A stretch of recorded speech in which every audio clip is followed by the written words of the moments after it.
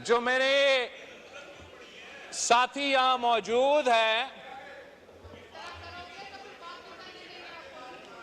मैं तो चाहता हूं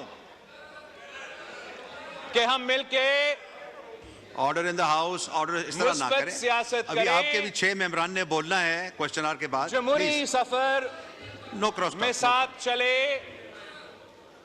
हम अपना सियासत को फाल करें, इस अदारा को फाल करें, चार्टर ऑफ डेमोक्रेसीज तय करें, मगर उससे पहले एक बुनियादी बात तय करना पड़ेगा जनाब स्पीकर, कि पाकिस्तान की सियासत में,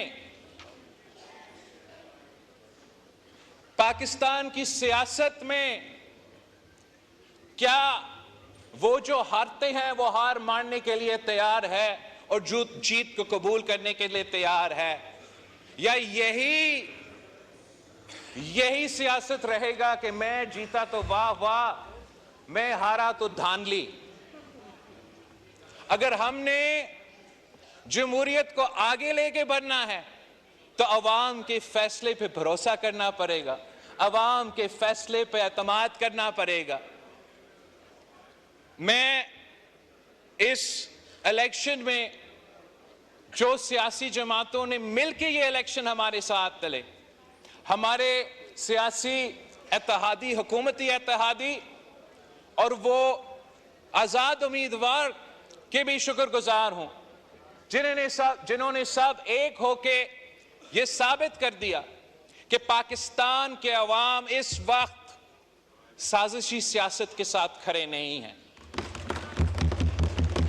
पाकिस्तान के अवाम इस वक्त गालम गलोच की सियासत के साथ खड़े नहीं हैं।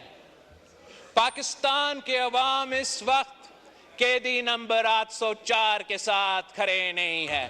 जितने भी बाय इलेक्शंस हुए हैं जनाब स्पीकर, जितने भी bye elections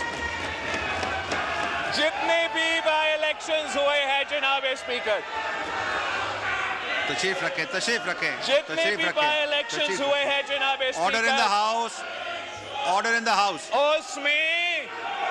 order in the house, उसमें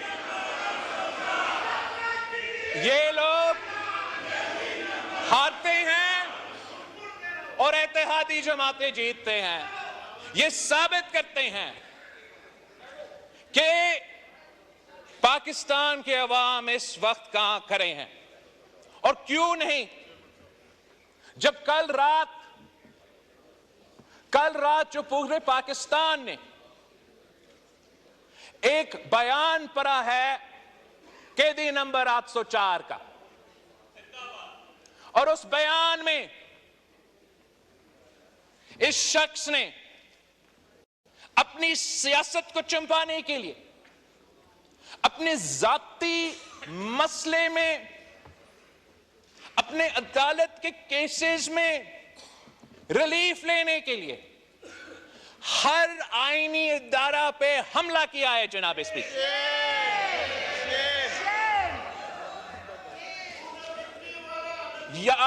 मैं तजवीज कर देता हूं तरीके इंसाफ को कि इसको आप तहकीकात करें कि क्या ये वाकई खान साहब का स्टेटमेंट था या नहीं। इसलिए कल तक हम तो एक बहुत मुस्बित डायरेक्शन में चल रहे थे जनाब स्पीकर। हमने एक ऐसा फोरम बनाया था जिससे मेरा उम्मीद था और है कि हम जमहूरियत और इन इदारों के फायदे में लेजिस्लेशन करेंगे। लेकिन कल रात एक हमला किया है जनाब स्पीकर, जो कि एक बार फिर जमहूरियत पे एक हमला है। ये एक इतना ऐसे प्रोवोकेटिव स्टेप है कि एक तरफ मौजूदा चीफ जस्टिस के खिलाफ कंटेम्प्ट ऑफ कोर्ट किया गया है, दूसरी तरफ आर्मी चीफ ऑफ स्टाफ पे सियासी इल्जामात लगाए गए उस ओहदा को मुतनाज़ा बनाने के लिए। तो जनाब स्पीकर, अगर खान साहब ने ये स्टेटमेंट दिया है तो फिर इस स्टेटमेंट का कॉन्सिक्वेंसेस है हमारे आईन, हमारे कानून के मुताबिक, और उन कॉन्सिक्वेंसेस को उसको भुगतना पड़ेगा। और फिर इनके जमात का जो रोना धोना होगा, तब वो हमसे एतराज ना करे। खान साहब ने अगर ये स्टेटमेंट दिया है, तो जो मसले खान साहब के लिए बनेंगे और खान साहब की जमात के लिए बनेंगे और खुदा ना खास्ता हमारा जमहूरी निजाम के लिए बनेंगे, वो तो उनका जिम्मेदारी है। अगर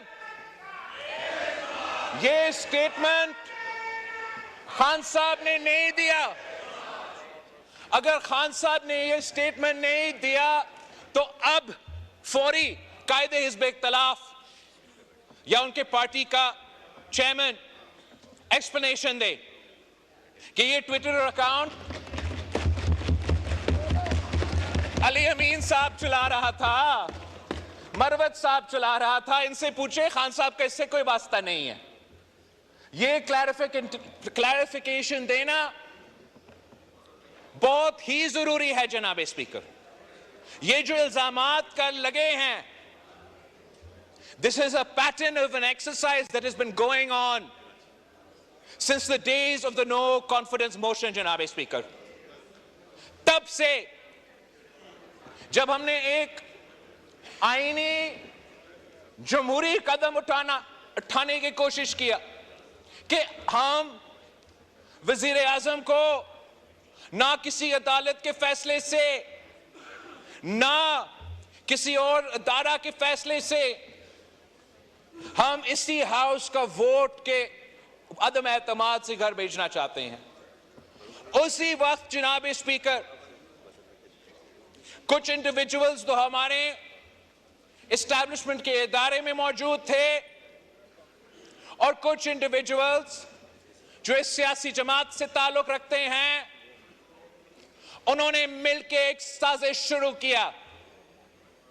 और वो साजिश एक ऑनगोइंग कू अटेम्प्ट था जनाब स्पीकर। उस कू अटेम्प्ट का पहला हमला हमारे अदम एतमाद को आर्टिकल 5 की बुनियाद पे रद्द करना, कॉन्स्टिट्यूशन का तोड़ना। उस कू अटेम्प्ट का दूसरा हमला जबरदस्ती किसी न किसी तरीके से आर्मी चीफ के अपॉइंटमेंट से पहले इलेक्शंस करवा दो। उस ऑनगोइंग कू का तीसरा हमला कि किसी न किसी तरीके से इस अपॉइंटमेंट का प्रोसेस का मुतनाजा करवा दे। एक कोऑर्डिनेटेड एफर्ट के मुताबिक जनाब स्पीकर, मीडिया एंकर्स को लॉन्च किए गए, सियासतदान को लॉन्च किए गए और अपना ही आर्मी चीफ के खिलाफ एक साजिश जारी था कि जो भी हो, यह शख्स जिसके बारे में कहा जाता है कि जब वो इंटेलिजेंस चीफ था, उसने खान साहब का करप्शन पकड़ा था। जब वो इंटेलिजेंस चीफ था, उसने वो करप्शन के सबूत खान साहब के सामने रखा कि आप एहतसाब की बात करते हो, आप इंसाफ की बात करते हो, आप इस पे एक्शन ले। इसके बजाय कि उस करप्शन पे एक्शन लिया जाए, उसने वो इंटेलिजेंस चीफ को हटा दिया जनाब स्पीकर। फिर उसने मिलके उसी अदारे के अहम शख्सियात के साथ मिलके ये साजिश करने की कोशिश की कि इस आईनी प्रोसेस को सैबोटाज करे। और ये साजिश वहां रुकता नहीं है जनाब स्पीकर। मैं उससे टाइम से पहले बात नहीं करना चाहूंगा। मैं हुकूमत का वजीर नहीं हूं, मुझे डिटेल शायद नहीं पता होगा, लेकिन जिस तरीके से इस वक्त तहकीकात चल रहा है, ये जो इनका फॉर्म 45, फॉर्म 47 का प्रोपेगेंडा है जनाब स्पीकर, इस पे भी एक बहुत बड़ा कहानी सामने आने वाला है। कुछ वो साजिश जिसने पहले अदम एतमाद को रोकना था, फिर चीफ का अपॉइंटमेंट को रोकना था, उस साजिश ने इस इलेक्शंस को भी डिस्टर्ब करने थे जनाब स्पीकर। और जब वो सबूत सामने आएगा तो ना ये अपने मुंह अवाम में दिखा सकेंगे, ना कोई और अपने मुंह अवाम में दिखा सकेंगे। उनको आईन और कानून के मुताबिक जवाब देना पड़ेगा। मैं एक बार फिर इस बात पे जोर देता हूं कि जब भी जमहूरी जमातें जमहूरियत की तरफ एक कदम आगे बढ़ते हैं तो सोचना चाहिए कि ऐसे एक्सट्रीम पॉइंट, एक्सट्रीम बयान, एक्सट्रीम मौकिफ क्यों और कैसे लिया जाता है। यह सवाल हुकूमत और इत्तेहादी जमातों को अपने आप से भी पूछना चाहिए। मगर मैं पीटीआई से दरख्वास्त करता हूं कि आप इस बात पे आपका अपना पार्टी में ये तहकीकात करें, आप पता करें कि जब भी हम कोई पॉलिटिकल स्टेबिलिटी की तरफ जा रहे होते हैं, ये कौन साहब है जो आपके रैंक्स में है, जो खान साहब से ऐसे कोई बयान दिलवा देते हैं या ऐसे कोई कदम उठाते हैं जिसकी वजह से आपके मिसाइल में इजाफा और पाकिस्तान के मिसाइल में इजाफा होते हैं। थैंक यू जनाब स्पीकर। कौमी असम्बली का इजलास डिप्टी स्पीकर सैयद गुलाम मुस्तफ़ा शाह की सदारत में इस वक्त जारी है। Chairman peoples party Bilawal Bhutto Zardari इज़हार ख्याल कर रहे थे। उन्होंने कहा कि रहीम यार खान ने पीपल्स पार्टी के उम्मीदवार को कामयाब करा के नफरत की सियासत को शिकस्त दे दी है। रहीम यार खान के अवाम ने नफरत, तकसीम और गालम गलोच की सियासत को हराया है। जनूबी पंजाब के अवाम ने साबित कर दिया कि वो किसी से नहीं डरते। ताहिर रशीद के पास तमाम पोलिंग स्टेशनों के फॉर्म 45 मौजूद हैं। उन्होंने कहा कि रहीम यार खान के इलेक्शन से साबित हो गया कि अवाम कैदी नंबर 804 के साथ नहीं है। जमहूरियत की मजबूती के लिए हमें अवाम के फैसलों को कबूल करना होगा।